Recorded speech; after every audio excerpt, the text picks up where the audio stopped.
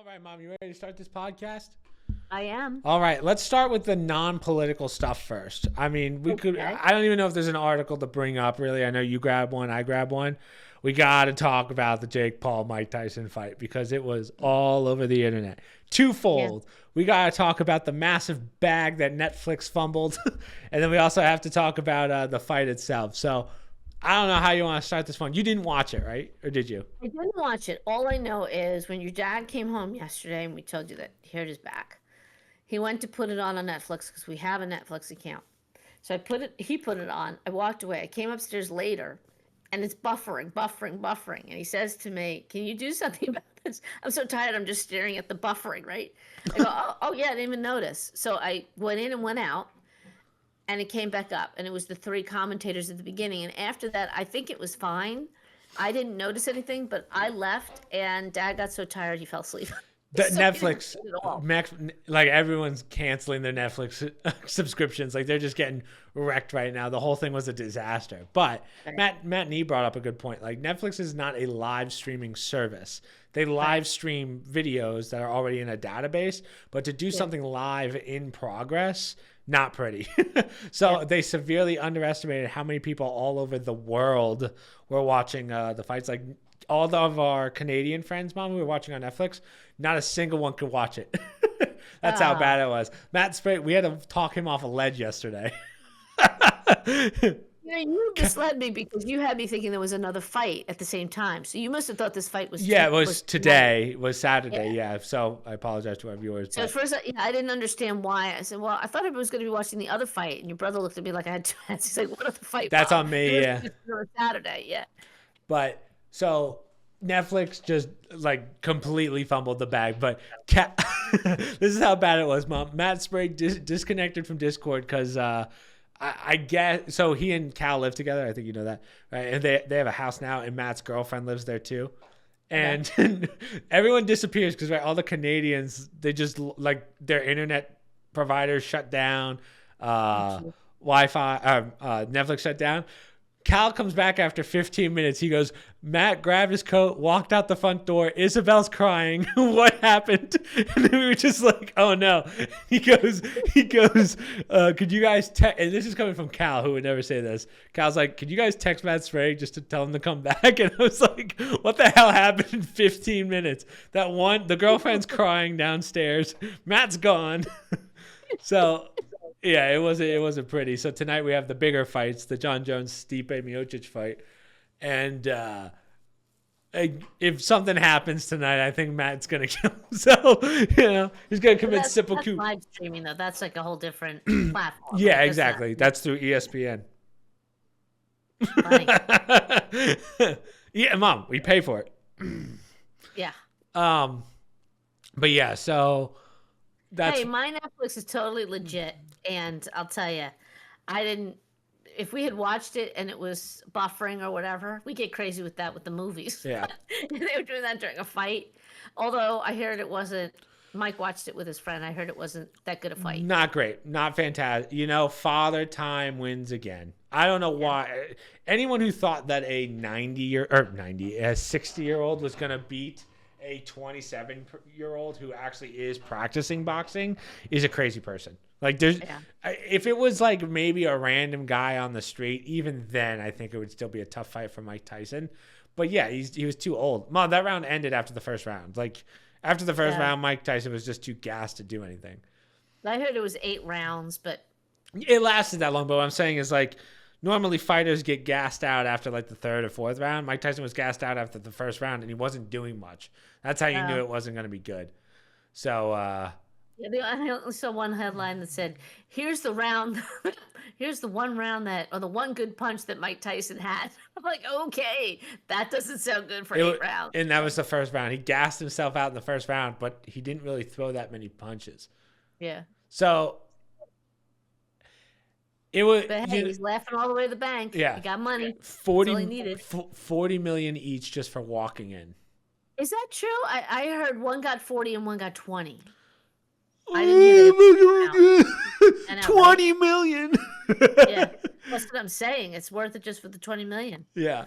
I'd let Jake Paul punch me for 20 million. Yeah, really. You know, the sad thing was, and I don't know if it's really sad, but Jake, the way I kind of say it, he kind of got lucky in the sense of because it wasn't hard, he could take it easy. Like Aunt Yeah. Sue actually said it today because she watched it. Um, at any point during that, Jake Paul could have just teed off on him, but he Yeah. didn't, thank God.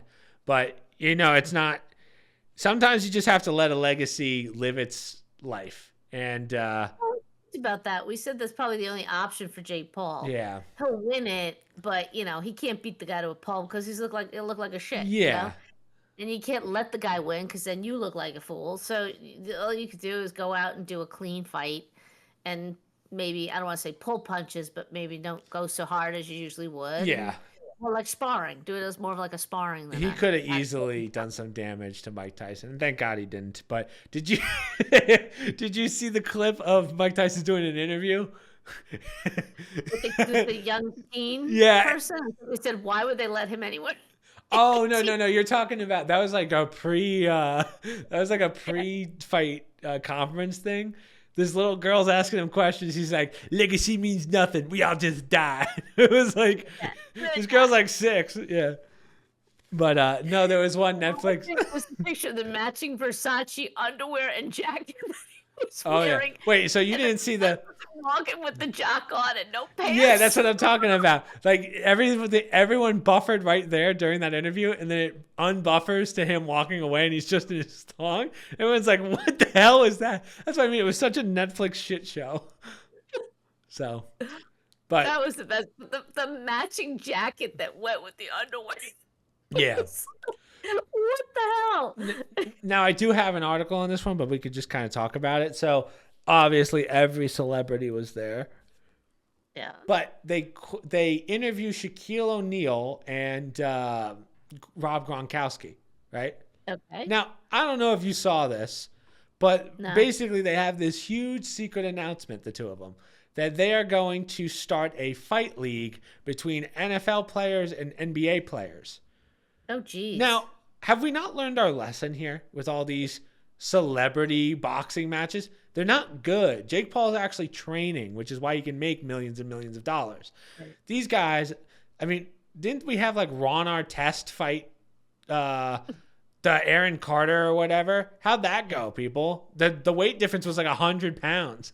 So you can't have when someone retires from a sport, that doesn't mean you do a money grab in a sport that you don't play, right? Here's a great example, right?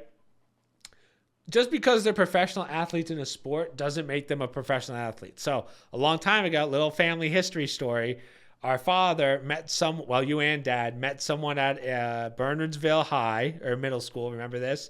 And dad taught him how to play tennis. He was a professional basketball player. He couldn't even hold the racket. So you think these people are going to train for 6 months and then be good at boxing and expect to show? They're clearly just doing it for the money.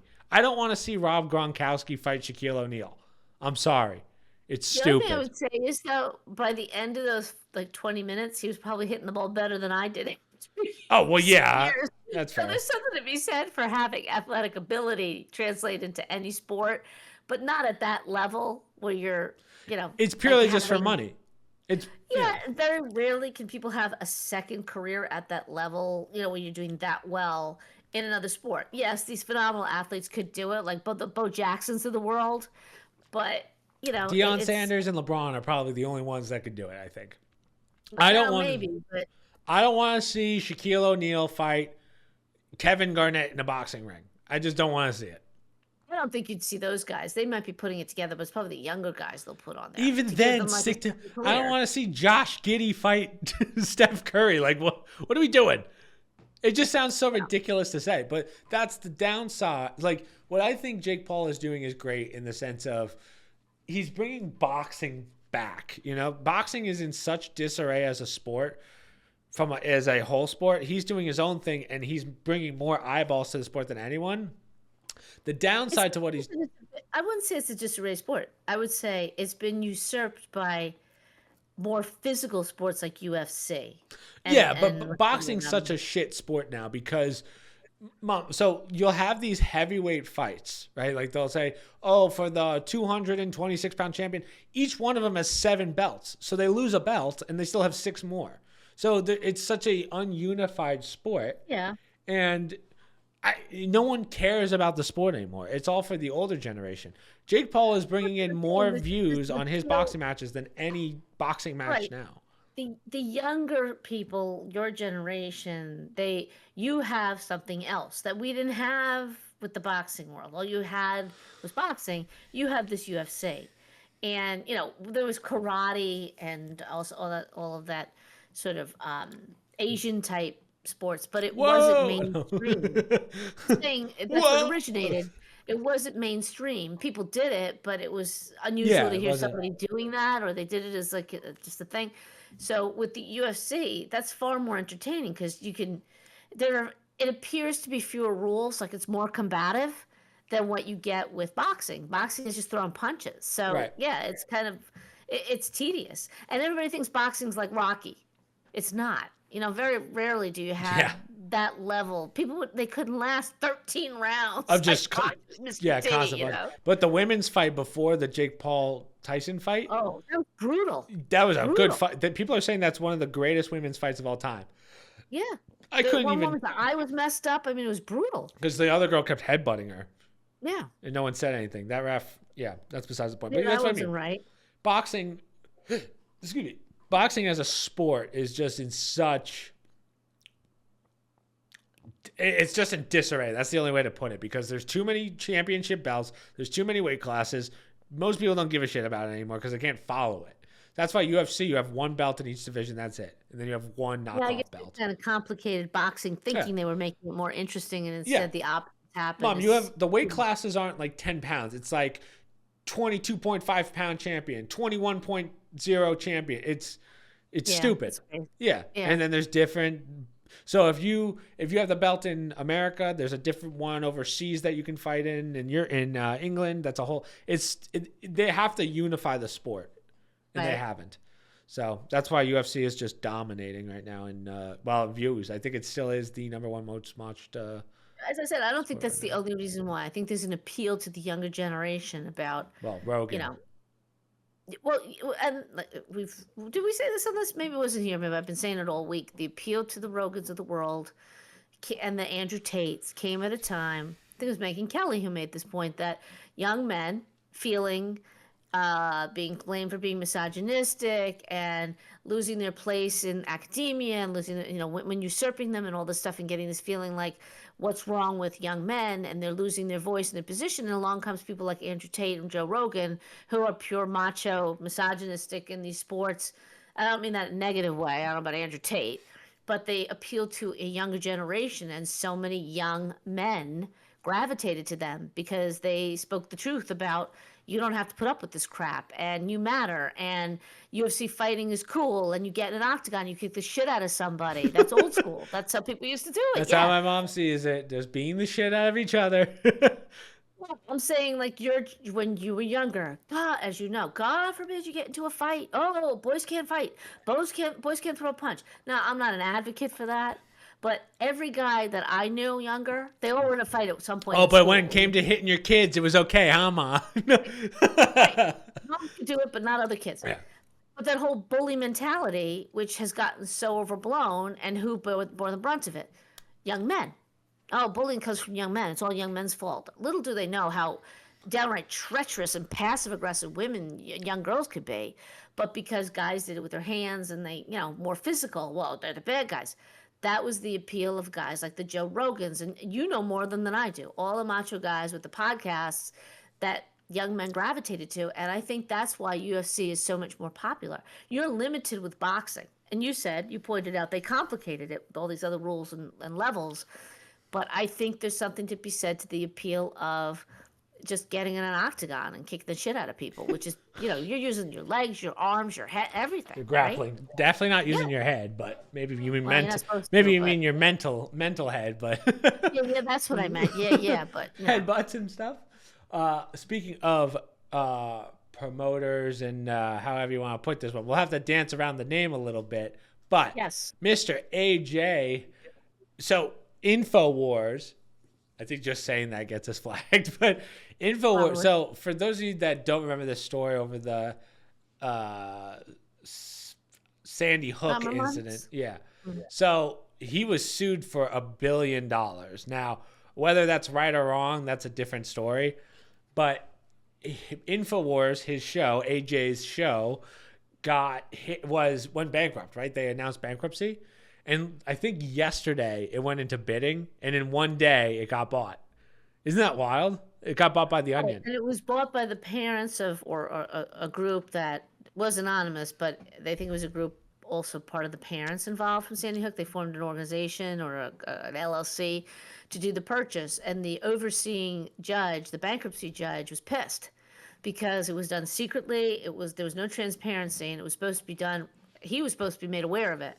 So a lower court bankruptcy trustee, he put the Infowar up to for auction illegally. So now they're looking at it, and in the interim, they're giving it back to AJ, which he posted from it to prove that he did something from that site to prove that it's still alive. And the company that won the bid, the Onion, it's called, it's all pending until the courts review it. I wonder what the Onion paid for it. I would be very curious to know what Infowars was worth. Was it in the article? It might have been in the article. Did it really? But they got it obviously at a discount because it was bankrupt, right? So they paid. Right. They got it fairly cheap, and it just wasn't handled properly. Now that's not to say AJ isn't going to lose it down the road, but they definitely made some bigger headache for themselves by doing it that way, and now they're going to wind up unraveling it because it was done illegally and improperly. It says 3.5 million, which, I mean, I guess that's not bad. I wonder what it was worth, the company. It's tough to say because they were filed for bankruptcy, right? Right. So they probably drained a lot of the assets. I don't know if he was on it. If there were advertisers, they might have pulled it after Sandy Hook, and maybe they lost some money. I don't know. But I just thought that was interesting because we talk about him from time to time, and everyone was coming down hard on him, and lo and behold, he caught a break here that he gets to keep his Infowars a lot longer. That's a break that's only going to last for so long, unfortunately, I'm sure. But Right. I'm curious to see what the Onion does with it. I would be kind of surprised if the Onion was just like, oh, yeah, do what you want. We just wanted to kind of bail you out. But he still owes the money, which I don't know what the consensus is on that court. Right? I don't know if he still owes all that money or if they narrowed it down. I have not been following it to tell you because we've been busy with the election and grandma. So Yeah. I don't know. I was not following his situation because it was just one of these. I thought he was going bankrupt and then said, come after nothing. Yeah. I own nothing, come after nothing. So I wonder if they go after him directly, but even then, that's tough. The Onion Well, again, people like that, they don't own much. They have it in assets and AJ Corporation, AJ LLC. They set up all these shell companies for that very reason, so they don't get sued personally and they don't lose their assets, right? yeah. So what's this one, Mom? Obama created the precedent for Trump to use recess appointments. Oh, we were talking. I thought you were going to want to talk about this because that was the big news this week. All the Trump's picks for the cabinet, and some of them being controversial by liberal standards, like Matt Gaetz. I really haven't. The Matt Gaetz one I know, and RFK Jr., Elon, and Vivek. Those are really the only ones I've been paying attention to. I've just been too busy this week to really check any news. The other big bombshell was Hegseth. He put Hegseth, what's his name, Rob Hegseth, in charge of the Secretary of Defense. Who's he? Who is, liberals' heads are exploding because, yes, he was in the military, and yes, he has an impressive resume. He's done a lot for the Warriors and whatnot, but he's not a traditional general or, somebody from Boeing or whatnot, which is great. I'm all for that. I don't want traditional. Traditional stinks. I want somebody new, fresh, who cares about the military. Right. So they're all, oh, he'll never get approved. Because remember, all these cabinet picks for the certain secretarial positions, they have to go to the Senate. The Senate has to approve them. They'll have confirmation hearings. And in Trump's first term, they dragged their feet like crazy, right? And with the agenda that we have and with everything going on in the world, and with the mandate the American people gave him, They don't want to wait months and months and months for us to start, say, closing the border, Right. changing the policies. They want it done right away. So, in his wisdom, Trump is saying certain people I know I need in place right away, and I'm going to do it as a recess appointment. So, a recess appointment, with just a little background, when our country was our government was first formed, as everyone knows, being in the government, in the representative, senator, or whatever, wasn't your primary job. Oftentimes, you were a farmer or a lawyer, and you lived in town, whatever. So Congress didn't meet as often as they do now. They would come in for a month, and then they go back to their homes, their farms, whatever. They'd get the business done for the government because our government was much simpler. In those times when Congress didn't meet, the President of the United States could do a recess appointment, meaning I can't wait 2 more months for them to meet to approve my, Secretary of the Interior. I'm going to put a person in now. Then when they meet, we'll deal with it, and the person can be confirmed that. That's basically a recess appointment. So Barack Obama did that, put people in for not high positions, just filled in spots, and just did it casually. So now that's what Trump is saying he's going to do for certain positions that we really need right away. And then he knows they're going to be a pain in the ass to get through, like the Attorney General, Matt Gaetz.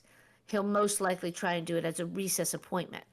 And there are limitations in that position. Once you're in it, if you get into a recess appointment, you have to wait till the end of the next session of Congress to be removed. Right.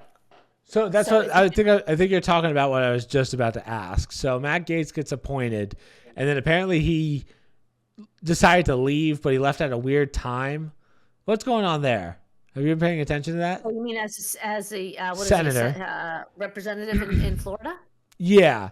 So something about he picked a convenient time to leave or something like that. It depends on who you go to for the information, but something about how it's convenient that he leaves at a certain time. Oh, okay. So he currently had a House ethics investigation against him. Mm-hmm. Something to the effect of sex trafficking with young girls. He was dating a 17-year-old, and I believe there was something else. And they did an investigation. I have not seen the evidence. I don't know. But now with this appointment, since he's leaving the House, they no longer have to divulge or go through the investigation. They can drop it, in other words. So that's why they were saying, oh, how convenient. Well, okay, hold on, but how's that work? Is that just the protections of the country? So, like, for what I mean is, like, okay, guy does something illegal. There's evidence there. Just changing jobs doesn't mean that court case goes away. It's not a criminal complaint. It's an ethics complaint in the House. So, believe it or not, people like Nancy Pelosi and others in the House of Representatives, and the Senate has it also. There's an ethics committee.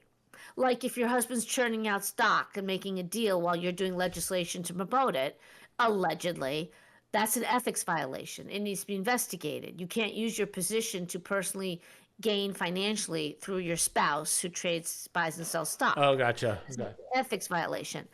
It could go to a criminal level if it gets referred to the Attorney General, which do you really think Merrick Garland was going to look into that for any Democrat? No.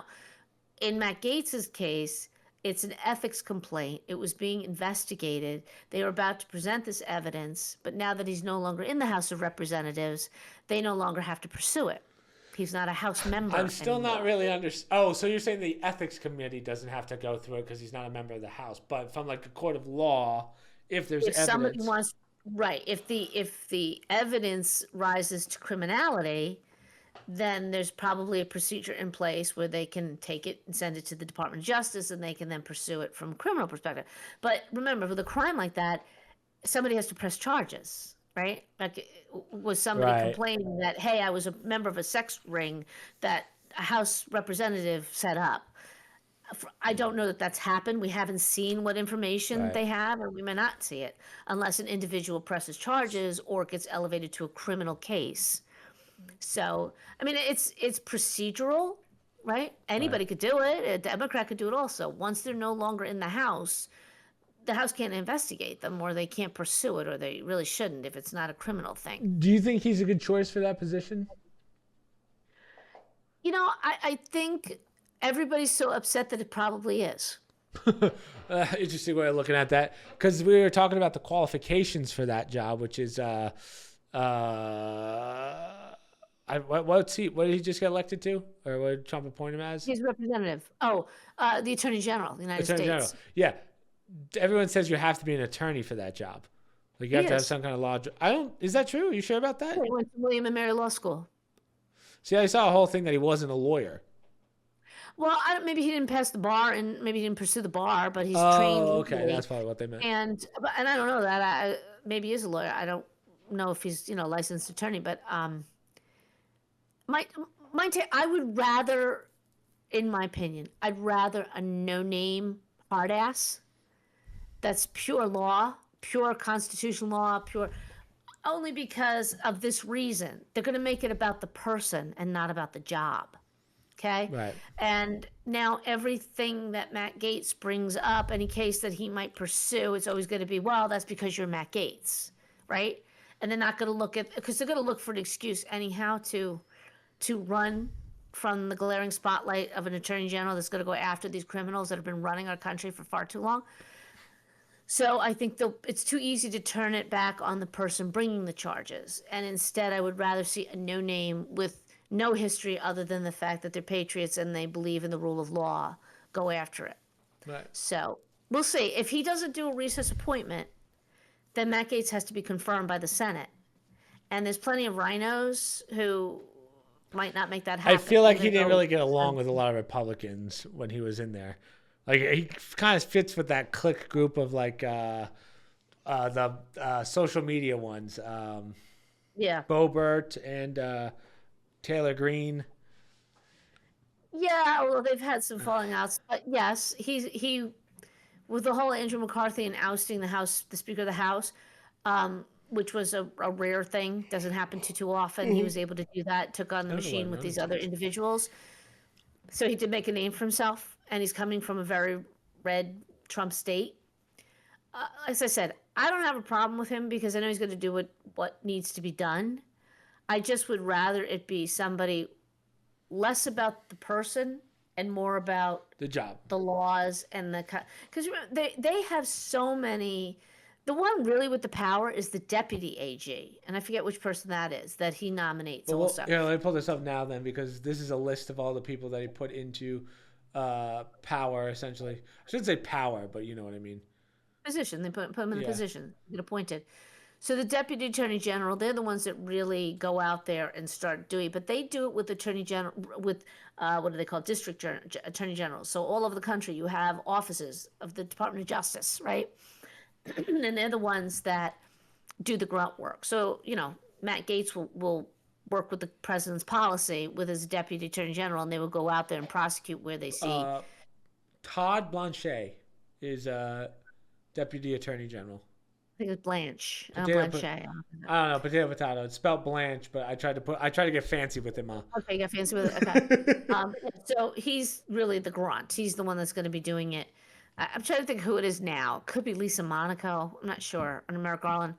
But those are the people behind the scenes with the real power, if you will, to decide what's going to be done. So it's up to Matt Gaetz is kind of the figurehead who directs them.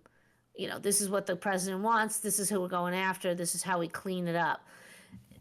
Unfortunately, so many of these departments, it's not just about, going in, learning, and becoming the head of it. These places have to be cleaned out. I mean, you got some real criminals in these organizations that have been there way too long. So that's why the Matt Gaetz, the heads are exploding. I honestly thought that border czar was like a joke term. I didn't realize it's actually called border czar. Yeah, I think I'm thinking that came from the Obama years, and I think that was the term. But that's Tom Homan, right? Yeah, that guy's a badass. I don't know a single person that thinks that he's a bad choice. Like even my left friends are like, yeah, he's pretty good at what he does. Can't complain. I saw a flashback photo of him with a full head of hair as a young, looks like he was in his late 20s, like your age, outside of a Border Patrol car in the 1990s probably. So he's been doing this a long time. It started young and has been working his way through it. But he has the right attitude. I don't care. We'll deport the whole family. Yeah, you saw him on 60 Minutes where they're like, what happens when you have to separate the kids from their parents? He goes, what do you mean? They go, when you separate the kids from the parents, he goes, they could just go back as a family. And isn't it amazing that that was actually an issue that, for Americans who Yeah. didn't realize that? I always assumed the families went back. Why would I keep the kids? That to me is cruel. So if it's their actual parents, that's Right. the issue we've been having, that some of these kids are not even family. But in those cases when it's family, of course you'd send the kids back with the parents. That's, to me, why am I keeping them? I thought this was a good pick. Elon Musk and Vivek Ramaswamy for the Department of Government Efficiency. Big one. Yeah. Now, here's a question. Is that normal to have two like that? No, but this is a new department. Yeah. And I posted that they're looking for people. Yeah. A lot of Hey, hard Mom, work you're with too very close to your mic. okay. Way too close to your mic. Again, why do you do that? I don't get that. My mom thinks she's like a singer or something where she feels I have to get my face right up to the microphone. Like, I'm too far away sometimes, and then if I'm too close, but you're anyhow, fine right there. they're looking for people to apply to be part of that group for a whole lot of work, long hours, and unpaid. Yeah. Like, okay, go for it. I would actually do that. I'm an idiot enough to do that. I was thinking of sending a resume, but I have nothing to It put gets on you it. in, yeah. But my question for Elon my question, this is probably the issue, right? He wants Elon. Vivek's kind of the secondary, but he knows Elon doesn't have the time to do anything besides Tesla and run all the other stuff. So that's why I think it's Vivek there, and then Elon's just going to help him out. Well, I think they're tapping Elon for a lot of stuff. Every time I turn around, they want him to do this. They want him to do that. Well, yeah, he's probably one of the smartest men in history, of course. But the Government Accountability Office, it's not about identifying things. And somebody brought up a good point. You can sit there all day and identify, the $2,000 hammers that taxpayers pay in the Department of Defense so they can build stuff, where literally they charge a fortune for a stinking hammer that you could get for $5 at Home Depot. You could do all that. I believe it was actually Mitt Romney who was involved in that years ago when he was in the Senate or whatever. And it's been done over time. But if you keep convening, and by the way, in a few weeks in December, that continuing resolution ends. And once again, the House of Representatives has to come up with a budget and they got to vote on it. It's got to be confirmed. So we're right back with cut all you want to. If you don't stop spending, with these resolutions, what's the point? So I think the goal of like the Elon Musk is to say, all right, let's put a structure in place. I'm hoping this is it, where we go through and we net out for the American people. This is where this money's going. This is where that is going. And this is what we need to cut. Go ahead and cut it. But you want to cut it in such a way or identify in such a way that it makes people think twice about your representative voting for $2 trillion more of it 2 weeks later. So did you see that the Pentagon did their audits and they don't know where $826 billion went? How crazy is that? But that's because, this has been an issue like with Ukraine. We keep sending money over. Nobody knows where that money's going. Or people do know, but they don't want to say because it's not going to what the American people think it is. That's why you need this Government Accountability Office. And in my opinion, for somebody like Elon Musk or, anybody who's been involved in high tech, Silicon Valley, that's a layup for them to put a system in place to count dollars, right? The hard part is getting the I'll call them the crooks, but the people that keep authorizing these funds on purpose that don't want the transparency, right? It's getting them to understand that the days of shuffling money around in the night, if you will, or through these systems where we can't track it. Yeah, that would be huge. If you could do that, that would be huge. I don't think it's hard. I mean, banks are able to do down to the penny what I do with my money. None of people, right? Yeah. They can track you from January 6th through your bank account. Listen, it's not them literally like, oh, don't know where the money went. They know where it went. They just don't want to tell you. Exactly. Yeah. And that's what the accountability aspect is, right? Mm-hmm. To say, all right, this is the money went to Ukraine. Oh, nobody knows where it is. Oh, we don't know where it is. So let's vote $2 trillion more, right? Or let the president send more over. All sounds great. Now I know where it goes. Now the next phase is how do we stop it? Now, I have another problem with the left right now, which is Tulsi Gabbard got picked for Director of National Intelligence. It is so funny to me. This is what I absolutely love about people on the left, the psychopaths on the left, right? She was once a Democrat. Everyone loved her. Then she's like, hey, I can't associate with the Democratic Party anymore, so I'm going to become a Republican. They go, okay, whatever. Then she absolutely destroys the Democratic Party, including Kamala Harris. Can't remember her name anymore because she's so irrelevant now. Kamala Harris loses. Tulsi Gabbard wiped the floor with her in a debate. And now their only answer is, how could he appoint a Russian double agent? Have you seen this shit? They're calling her, I don't get it. Fought for her country, right? She's former military. She has multiple badges and awards as someone who's former military, highly respected by our military. And the left goes, she's a Russian asset. It's insane. With no evidence to prove that. It's baffling to me that people still believe in the whole Russiagate thing. I didn't realize that. I thought that was just a joke at this point. No, people still believe that. Yeah, will fall on their sword over that. Even though 51 agents were indicted, right? I believe for that.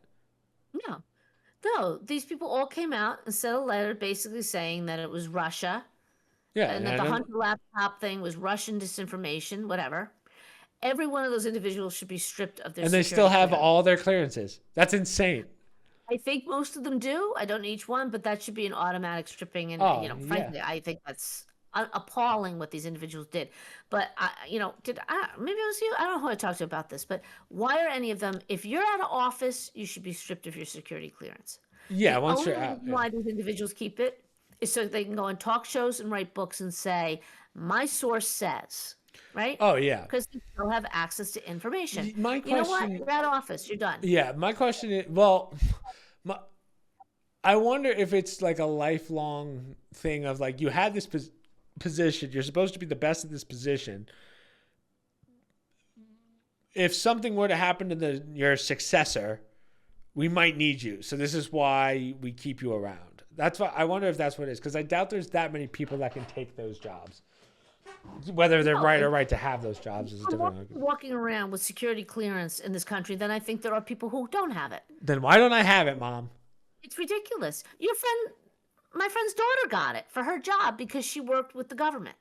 Now, it's not a high-level clearance, but she got a certain level of security clearance. Wow. Why? She doesn't even do that job anymore. She doesn't need that security clearance. So, no, it has nothing to do with falling back in that spot. Security clearance just means that you met a certain bar based on your background, the people you know, that we can trust you with this information while you're in office. And you sign paperwork saying, whatever's secure, I'm not going to divulge from the time that I see it to when I leave office. You're out of office now. You're a citizen like me. You don't need security clearance anymore. You're not looking at files. You're not going into a SCIF. There's absolutely no reason. But it's a power thing. They don't want to give that up because they come. You like to feel special. Yeah. Right. And they can't write a book and they can't talk to their friends in intelligence and say, listen, I had security level 6 clearance. Tell me who the source is or the whistleblower. And that's how they get information. And then they go on their talk shows. Give me that job. When they leave that job, what do I need them on CNN for? They're nobody like you and me. They can give their opinion, but so can I. That's what it gets the money. But in my opinion, that's got to stop.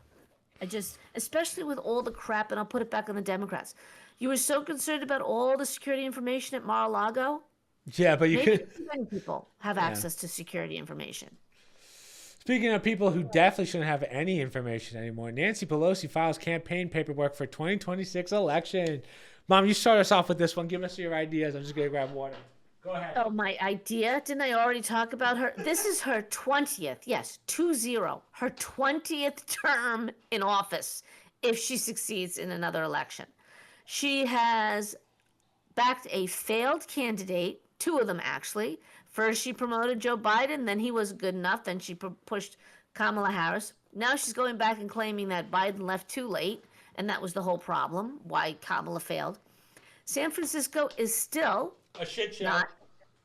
It's still not improved, and that's one of her major part of her district.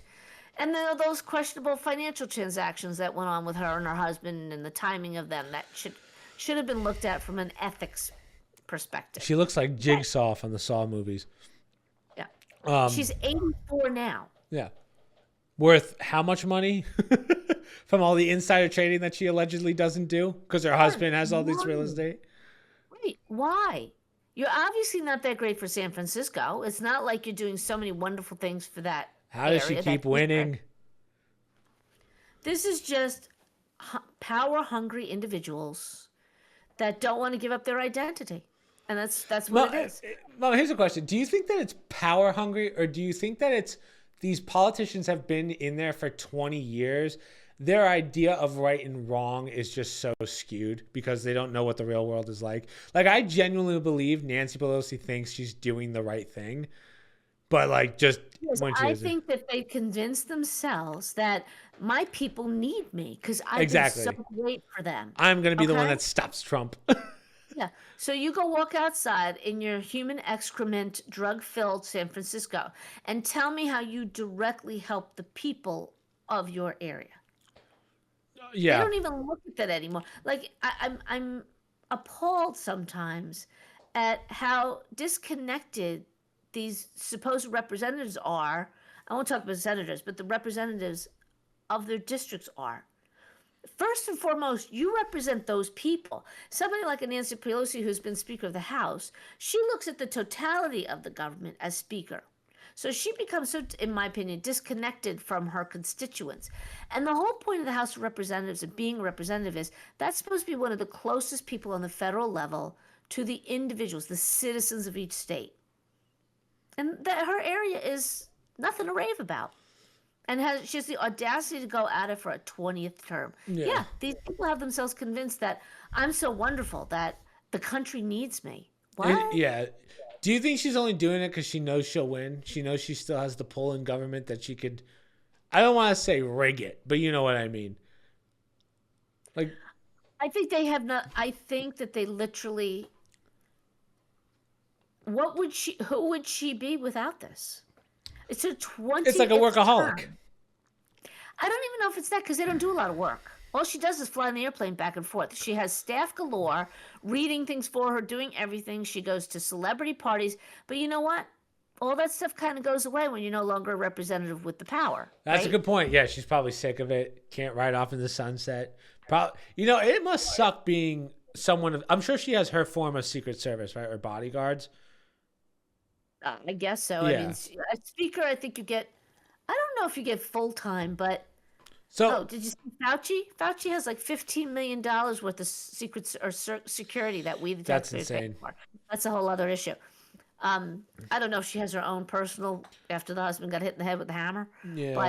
But I'm sure she's well protected as the speaker. Yeah. Just because I'm wondering, like, let's say you ride off in the sunset, your life is still kind of in politics, right? Obviously in this regard, but also you have people with world. Right. Those are all the connections. Those are her people. I'm sure she has friends involved who ask, oh, what would you do in this situation? And then she gets the bug. But like your whole life's kind of changed forever in the sense of, right, J.D. Vance was just talking about it with his kids. Like, hey, I used to love driving, but now I can't even drive a car anymore. Like, kids don't get to, used to like riding with dad, but now that's, hey, here's 5 guys in a suit that are going to take you to school now. It's like, yeah, that's a whole different world and mindset that the average person doesn't know. Right. And that definitely doesn't go away as president. It doesn't go away because you can waive Secret Service once you're out of office. Yeah. You don't want it. Like sometimes for instance, I don't know that Barack Obama's daughters have it. I don't know if they waived it. But yeah, you don't have to have Secret Service. I don't know if the vice president's family gets it after they leave office. I do know the president's family usually gets it for life, as do Supreme Court justices. They get it for life. They get Secret Service. Well, Secret Service has to protect Jimmy Carter from a gust of wind because that guy's on his last licks. I don't know how they're going to do that one. That guy voted. Yeah, I call BS on that one. You know what? I don't have a problem with that for any president. You know, that's a head position, and I have no problem providing. Oh, she's pushing the bell again. I have no problem providing Secret Service to. It's like a nursing home. You hear that? Yeah, go for it. You can go get it. Yeah, go for it. That's funny. Yeah, it is a commitment. People always say, "Oh, I want to do it." It's tough when you have young kids. It really is to put them through that in office. How would you know, Mom? All the Secret Service that you made us go through, driving to school with a butler, Alfred. Oh, yeah, right. Yeah, right. Hated Alfred.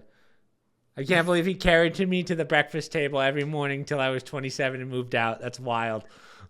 That's what it was. Put me down, Alfred. I'm 27 now. Yeah. Alfred, And then you got stop. people like Donald Trump who needs to like fortify the Secret Service. Yeah, Get because you more have too people in on many. his Because own. somehow Secret Service. You know, the more. Oh, God, we're gonna get flagged on YouTube. But the more and more I see about these two past shootings, about the Assassination attempts. yeah, the first one, it gets sketchier and sketchier every day, right? First he didn't have a social media. Now he has a social media. Now we find out he was in contact with someone in the FBI. His house was scrubbed so well that multiple people had to do it. Like there's so many things that aren't adding up. And the shooter one, the one at the golf course, that one doesn't add up either. Another guy that had some kind of contact with Washington, don't know where, right? Goes to a golf course that Trump was like the day of decided he was going to play at. Not even, it's not like it was planned or anything. Guy shows up, gets that close when Secret Service is supposed to lock stuff down when they know someone's going somewhere. So maybe they did it within a window where he didn't have time because he was just showing up. I don't know. Some of the timings are just too crazy. It's people with insider information, definitely. Well, and I'll give you one better. So the January 6th bomber, the pipe bomber, the FBI have said, you know, the phone companies gave us all this corrupted phone capture data, GeoNet, whatever it is. Right. Well, it was all corrupted during the time of the pipe bombers, and all the companies, the telecom companies, are coming out and saying, "We never said that. None of it's corrupt." Isn't it wild how like it's almost like these powerful people don't know that people can just Google search stuff anymore. Like it's almost like they think we're too stupid to just Google search things. Well, the only thing is, now they're saying it since the election, right? Yeah. Now all the stuff's coming out, but where were all these people, you know, months and months and months ago when the FBI testified before Congress, Chris Wray, that, you know, the data was corrupted from that time, so we don't have accurate information. Where are all these, you know, because they didn't want to get in the crosshairs of the FBI. So that shows you the level of corruption. They don't want to be on the receiving end, but now it's hopefully a new dawn, and hopefully the head of the FBI, Chris Wray, won't be there much longer. But that goes back to the Secret Service and everything else. The level of corruption in these organizations, some of them I think are corrupt through and through, and our tax dollars are paying for it. And you saw on November 5th that people are fed up. They don't want it anymore. They want it cleaned out. So when the liberals' heads explode, oh, that's what we're talking about. So somebody made a comment on CNN. They had one of those tables there, and Scott Jennings was there. He tends to be the voice of the conservative, right? And the guy was talking about what a bad pick RFK was for HHS secretary. He's never managed anything. He's never been part of it. You know, these guys. The 70-year-old with abs shouldn't be. But his point was he's never managed a large organization. He's never done all these things. So Scott Jennings is like, well, neither did the last one. And the last one was the transgender. Yeah. Unhealthy, right? Overweight. Yeah. Right. But besides that, everything that he said, he's like, why was that person anymore? By the time they were done, the CNN guy said, well, he's a nut. That was his comment. A nut. Okay? There's your science. There's your educated comment. He's a nut. Oh, okay. So he's a nut, but Levine was not. Okay? Oh, God. Just think even about Jennings is like, okay, well, now you, not that you make my point, but he's like, okay, I mean, how do I argue that he's a nut? You think he's a nut. Other people don't think he's a nut. Yeah, which you know, is it's an opinion. Hypocrisy. It's wild how he was again, once a Democrat, everyone loved him. Then he goes, yeah, I don't want to be a Democrat anymore. Now he's the worst enemy of the Democrats. Like, the guy's 75, right? 72 or something like that. In phenomenal shape, right? He's at Muscle Beach, shirt off, looking jacked. That's exactly who should be the head of health in our country. Or, you know, who would have been just as good? Remember the African-American chef for the White House? The big dude? That guy should, obviously on all the steroids, but yeah, he should definitely be. It's not just about physically healthy. Mike showed me some person criticizing him today, some other health, blah, blah, blah, and she was like 300 pounds, okay? It's not just that. He's very educated in the areas of vaccinations, healthcare, and whatnot. I don't know if he's an expert because I'm not. I do agree with him with a lot of stuff. I mean, I'm not a Kennedy fan. I think everybody idolizes that family unnecessarily in a lot of ways. but I appreciate what he says and many things that he talks about. I don't agree with everything he says, but he's far more educated. I've been hearing from him than I ever heard from anybody else at HHS, even from past Republican, groups, administrations. So, no better, no worse. I think people's heads are going to explode if they release FISA documents and whatnot, because all that stuff is now not going to be Pfizer, hidden. right? You mean, yeah.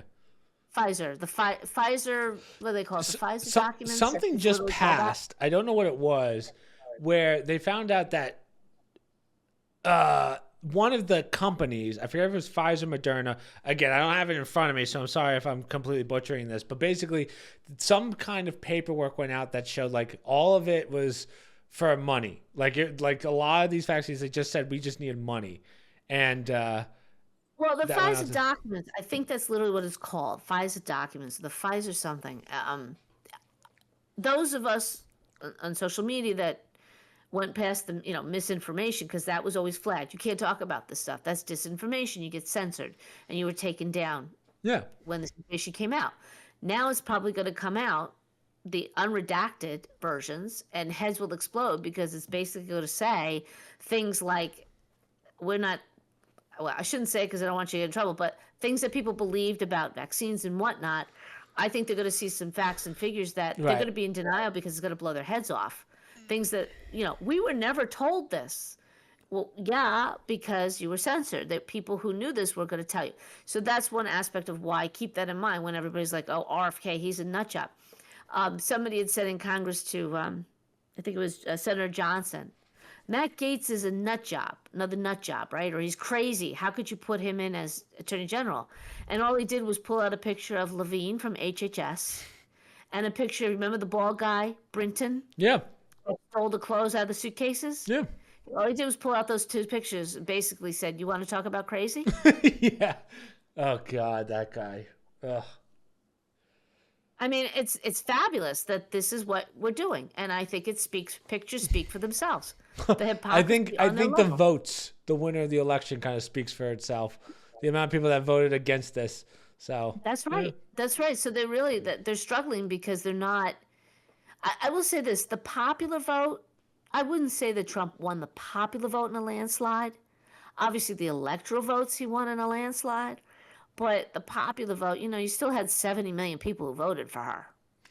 Which is scary, but... Well, yeah, it's a substantial number of people. I mean, are they legitimate or not? Who knows? Who knows legitimately, But having said that, he got a mandate based on our country. And who he wants to point is totally within his right. And as we were saying before upstairs, all those celebrities who are leaving the country, right? Remember all the ones who said all of them have their second houses and whatever?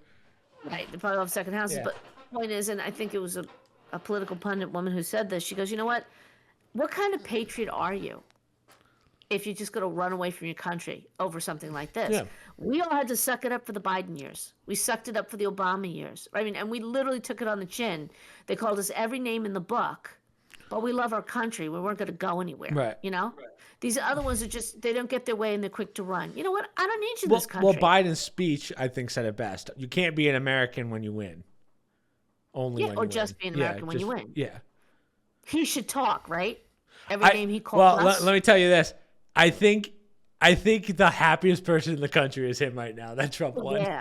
Did you see the press conference with him and Trump? Like, they're like laughing it up together. I would bet money that he voted for Trump. I think him and his son Hunter went in together. They're like, you vote for him? Wouldn't surprise me at all. Not at this point. But always keep in mind, I mean, the things that Biden, his wife, his administration did to Donald Trump, and no, that wasn't Kamala Harris. Mm-hmm. She was part of it. I'm not saying she wouldn't have done it too. The things that were done to that sitting president that's never been done to another president before is really a disgrace to our nation, how they absolutely. Went after that individual. And I will give Donald Trump some degree of credit for sitting there. I also give Melania Trump a lot of credit for saying, I'm not having tea with the woman who tried to imprison my husband and ruin and my called us family. liars and every name. I'm like that, and I agree. I mean, there's a limit to the hypocrisy. That's not transitional. You shouldn't have to sit down with people that attack your family like that. Trump, I understand it. It's a transition, He has to be like there. it or not. Yeah, I mean, it's better for Trump to sit down with the crazy guy and not suck it up, but he won, Crazy or and senile. I don't know pick what your you'd pick your say. words. Yeah, but anyhow, I think you have to do it because we're a country that believes in the peaceful transition of power, which is not what Mr. Trump got. That's for certain. And now he's on the other end of it, and I do think you have to do it, but there's a limit. And I think for all these people who are saying, "Oh, look at Biden, happy-go-lucky," and I bet he voted for Trump. Yeah, well, that's very possible because the hypocrite that tried to put him in jail, who knows the involvement with assassinations and everything else, went after his family, right? Went after the January 6 people who tried to support the election and whatnot, to turn around and say, "Oh, I don't want Kamala either." That's a tough thing to stomach, but we're a nation that believes in the peaceful transition of power. Yeah. I mean, I think people might hit you with you're a hypocrite for that after January 6th for saying something like that, but Who, for me? yeah. Right? Because it Peaceful. wasn't peaceful. Yeah, J6 wasn't peaceful, right? Well, I'd like to see this. Let me see We have to now. see, yeah, we're making an assumption of what's going to happen on our January 6th, but No, I'm just saying, let me see now if somebody else gets into the FBI, head of the FBI. I want to know how many FBI informants were walking around on January 6th. I think that's going to blow people's I minds. think we knew that it was a lot, right? At that point. We've never seen a report with the full number of people. It's never been, well, all we ever get is, well, we don't know how many. We have no way, blah, blah, blah, blah, blah, blah, blah. I think it will be very eye-opening for people to see, and I still go back to something stinks about that J6. You think that's going to be like day one? We're going to open some of these, you know what I mean? Like day one, you think they're just going to open that can of worms? I know President Trump has already said he's going to pardon the J6 prisoners on a case-by-case basis.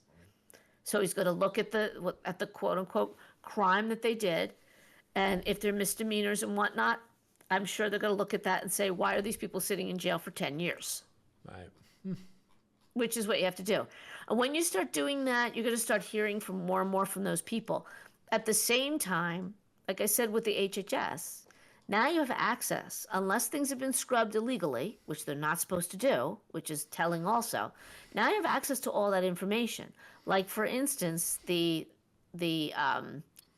non-corrupted data from the phone companies, right? Oh, so yeah, now yeah. they identify who that J6 pipe bomber was, if they could do it with the phones. Apparently, if they needed to say it was corrupted, they did it for a reason.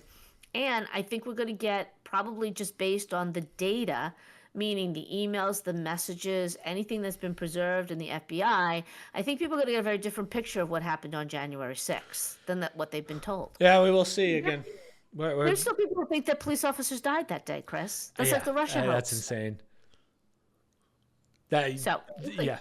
Again, that doesn't even come down to politics. That just comes down to just stupidity at this point. If you still believe that, like, I don't even know, as I said, my liberal friends don't even believe that anymore. So if you still believe that, you are literally, like, again, I said this to the guy at Harris Teeter yesterday who was making my sandwich because we were chit-chatting. His name's Jim. Yeah. He's from Long Island. I forget what we were saying, but he was telling me how some people have these weird sandwiches where they'll do like tuna with extra mayo, which is disgusting. And I said, and those people vote. And he goes, he was like, yeah. So, yeah, but it shouldn't be allowed. Damn it, it shouldn't be allowed. All right, Mom. Well, I mean, I think we did enough. We got a big UFC in a little bit, so I gotta start getting ready. Oh, I forgot. I gotta start packing. Yeah. So, what time you think you'll be here tomorrow night? Yeah, I'd hope to see Yellowstone, but I don't think we'll make it in time. I can record it for you. Oh, okay. That's at 8:00. You want me to? I don't mind recording it for you. If you can, if you think of it. It isn't a big deal. I can always watch it some other time, but it's hard to say because I don't know how many times we'll have to stop for Grandma. Yeah. And it's not a quick stop. It's getting her in. She's got to walk a little, so I can't do the wheelchair. So, yeah, if she can, I mean, I can't drive straight through with her, obviously. Even if she slept for 9 hours, we still have to get her up and get her walking. So it's tough to say. It's gonna be a long, shitty day. There's no way to slice it. Yeah, hopefully Mike can help a little bit. Hopefully Michael has some use. Well, I mean, he will help. He'll drive. He can stay in the car, so I don't have to lock everything and take all my stuff every time I go into the bathrooms with her. Right. And just for safety reasons, because I'm a target with a little old lady, walking, shuffling into a public restroom. But we were joking about you're gonna order the food on the app. We're gonna pull in. You go get the food. I get grandma in. We're Pit back stops in the like car a pit crew. 15, Yeah. 15, 20 minutes tops. And then try and just rotate on the fly as we're going, 2 hours on, 1 hour off. Try to do it that way. Yeah. But we'll see. I'll go as long as I can. But even I have to get up and walk around a little bit after a while. And we'll work our way down. Do the best we can. Well, then hopefully we'll see you tomorrow night then. But yeah, we should be probably to Susan's first to unload Grandma. And then from there, okay, I'll just we'll meet you guys at you. Aunt Sue's then. Okay, whatever you prefer. And we're going to stay with you, though. So. But you and Mike are going to stay with me. Yeah, Michael and I will stay with you. And, we'd like chocolates on the pillows. And turn down service. Yeah, how about AC blasted to 62 degrees so Michael could freeze to death? Thank you. All right. Well, so then the only things we have to promote, obviously, we still have to figure out our scheduling. We're still going to try and shoot some podcasts at home, so we'll definitely at least have the podcast and some videos going. I don't know how much we'll be streaming for the rest of the year because we were just talking about our schedules before, which I think got cut out or will be cut out. But yeah, so besides that, the only things that I am going to post are the speed runs. Any other videos that come out, it's gonna be very weird. I'm looking at like the rest of the year in the sense of what we have to do, but that's fine. So we'll figure it out. We'll just play it by ear. So social media, promo code street links, Discord down below, and we will see you guys for an in-person podcast next week, probably. All right. Bye, Mom. Bye.